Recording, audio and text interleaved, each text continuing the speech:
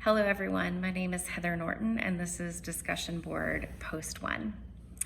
Abnormality in the realm of secular psychopathology is seen primarily from a biological and neurological standpoint.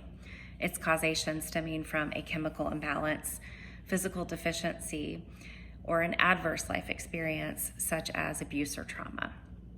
The Diagnostic and Statistical Manual of Mental Disorders, the DSM-5, is the primary means by which researchers in the secular milieu identify and diagnose psychological disorders.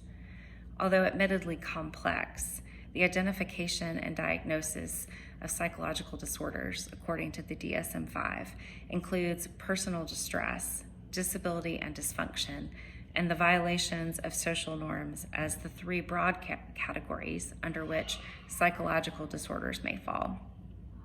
In the world at large, persons suffering from abnormalities and/or psychological disturbances continue to be stigmatized due to labels and parodies such as crazy and psycho.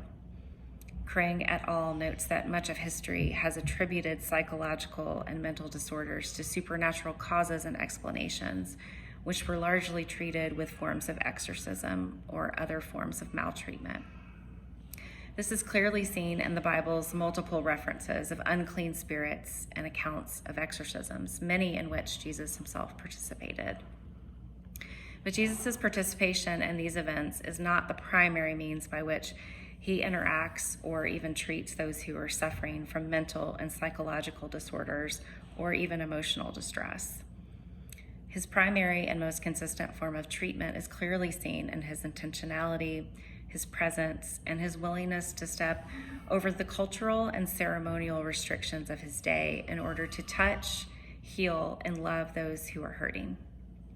Many examples of this are present in the gospel stories and include the story of the leprous man calling out to Jesus for his healing, the story of the mentally disturbed man living in a cave, and the multiple stories of women and men who were tormented by fear or even deep shame.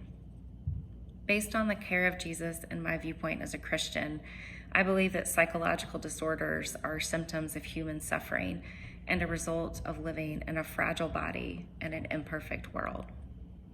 These symptomatic responses are rarely an expression of a single causal factor, as Krang et al. Reminds us. Rather, most commonly, mental illness is a complex amalgamation of many factors, including physically, emotionally, biologically, and even at times spiritually.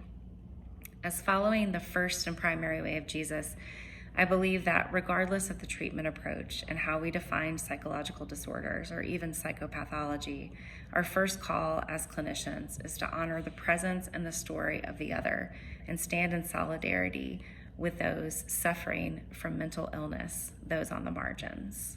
Thanks so much, everyone.